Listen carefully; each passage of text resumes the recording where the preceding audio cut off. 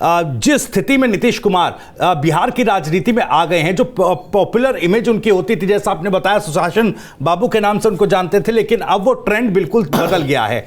पलटू राम के नाम से जो है वो पॉपुलर इमेज वो है कन्वर्ट होती जा रही है। लेकिन अगर बिहार की राजनीति में इस तरह की इररिलेवेंसी नीतीश कुमार को लेकर होगी तो इंडिया अलायंस में फिर जो उनको सपने दिखाए गए प्रधानमंत्री पद को लेकर, तो वहां पर एक्सेप्टेंस कैसे होगी? देखिए, प्रधानमंत्री पद को लेकर के बहुत सारा झोल है और मुझे लगता है नीतीश कुमार के दिमाग में इसको लेकर के कोई बहुत बड़ा ये नहीं है कि वो प्रधानमंत्री बनेंगे, पर नीतीश कुमार ग्रेसफुल एग्जिट बिहार से चाहते हैं। नीतीश कुमार ये जरूर चाहते हैं कि नरेंद्र मोदी के रास्ते को, विजय रथ को रोका जाए। नीतीश कुमार ये जरूर चाहते हैं कि नरेंद्र मोदी के रथ को रोका जाए तो उनमें वो की प्लेयर के रूप में जाने जाएं, और उसके बाद अगर ऐसी स्थिति बनती है तो इस स्थिति में अगर उनकी परिस्थिति उनको साथ देती है तो वो प्रधानमंत्री बन जाएं या कोई और बड़े फॉर्म में वो केंद्र की राजनीति करें। क्योंकि नीतीश कुमार बेहतर समझते हैं कि लालू प्रसाद सक्रिय जरूर हो रहे हैं, एक्टिव जरूर हो रहे हैं,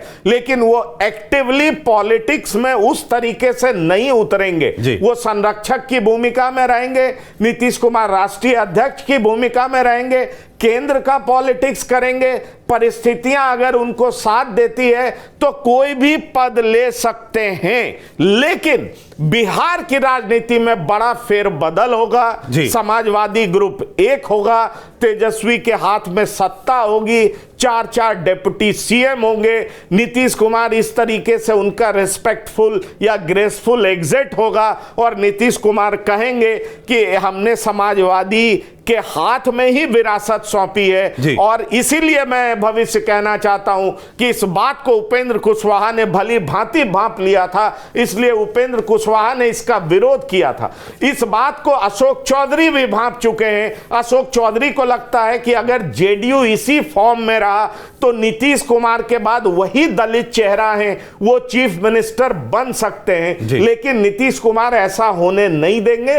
नीतीश कुमार अपने पार्टी का मर्जर आरजेडी के साथ करा रहे हैं। दोनों पार्टी मिलकर के जनता दल बनेगा। उसमें जनता दल जो कर्नाटक की देवगौड़ा की पार्टी थी उसके भी आने की संभावना थी, लेकिन अब वो बीजेपी के साथ चली गई है। ऐसी और कुछ छिटपुट पार्टियां हैं जो इसमें एक साथ होंगी, सम्मिलित होंगी, और उसके राष्ट्रीय अध्यक्ष नीतीश कुमार होंगे, संरक्षक लालू प्रसाद होंगे और बिहार की सत्ता तेजस्वी यादव के पास होगी।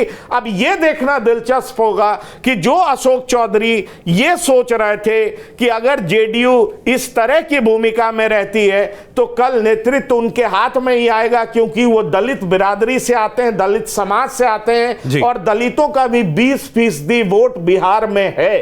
तो क्या अगर मर्जर होता है, जिसकी संभावना मैं ब्रेकिंग न्यूज दे रहा हूं, जिसकी संभावना पूरी है, उस हालत में अशोक चौधरी क्या करेंगे या उनके साथ जो कुछ विधायक हैं वो क्या करेंगे? वो पार्टी से क्या अलग फैसला लेंगे, इतर फैसला लेंगे? ऐसे बहुत सारे सवाल हैं। क्योंकि देखिए, एक बहुत बड़ी बात यह है कि आरजेडी को सरकार बनाने के लिए तकरीबन 8 से 10 विधायक की जरूरत है और नीतीश कुमार के पास 45 विधायक हैं। तो अगर कुछ 8-10 एक दर्जन भर विधायक विद्रोह भी करते हैं तो मुझे नहीं लगता कि सरकार बनाने में कोई वैसी दिक्कत आने वाली है, क्योंकि आरजेडी के साथ जितने लोग हैं वो दिक्कत नहीं आएगी। पर यह देखना भविष्य में दिलचस्प होगा भविष्य कि अशोक चौधरी क्या करेंगे, क्योंकि यही एक मुद्दा है जिसको लेकर के आप अक्सर देखते हैं कि नीतीश कुमार ने खुला छूट दिया है ललन सिंह को, इसलिए ललन सिंह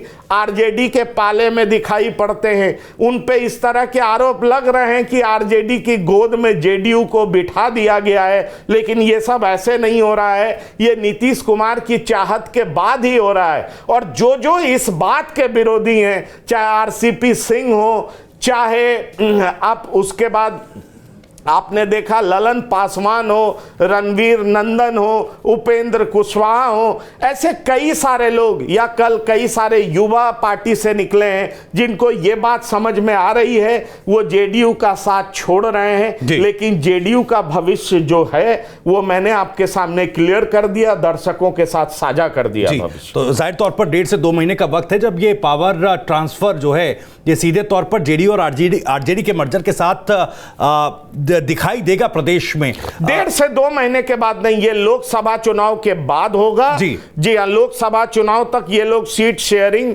करके ये 5-6 नवंबर को डिक्लेयर करेंगे कि कितनी कितनी सीट पर आरजेडी लड़ रही है, कितने पे जेडीयू लड़ रही है। लेकिन चूंकि लालू प्रसाद चाहते हैं कि मर्जर लोकसभा चुनाव के बाद हो, लोकसभा चुनाव में मर्जर नहीं होने से पहले मतदाताओं का जितना ज्यादा से ज्यादा वोट लिया जा सकता है वो लिया जा सकेगा, और मर्जर की पूरी स्क्रिप्ट तैयार हो चुकी है जो कि लोकसभा चुनाव के बाद होने वाली है। ठीक है, लोकसभा चुनाव के बाद ये मर्जर दिखाई देगा और पावर ट्रांसफर दिखाई देगा, उससे पहले सीट शेयरिंग और तमाम चीजें जो हैं वो तय कर ली जाएंगी। खैर, एक छोटा सा और सवाल मैं केंद्र की राजनीति को लेकर पूछना चाहूंगा। आपने कहा कि एक की प्लेयर के तौर पर नीतीश कुमार दिखना चाहते हैं प्रधानमंत्री मोदी या बीजेपी को रोकने के लिए, तो वहां पर आपने कहा कि जनता परिवार और समाजवादी परिवार जो है ये जो एकजुट हो रहा है, इसमें अब कितनी बड़ी चुनौती वो पेश कर पाएंगे और किस तरह से? देखिए, अभी बहुत सारी संभावनाएं हैं, और एक संभावना यह भी है कि हो सकता है जब चुनाव का माहौल बने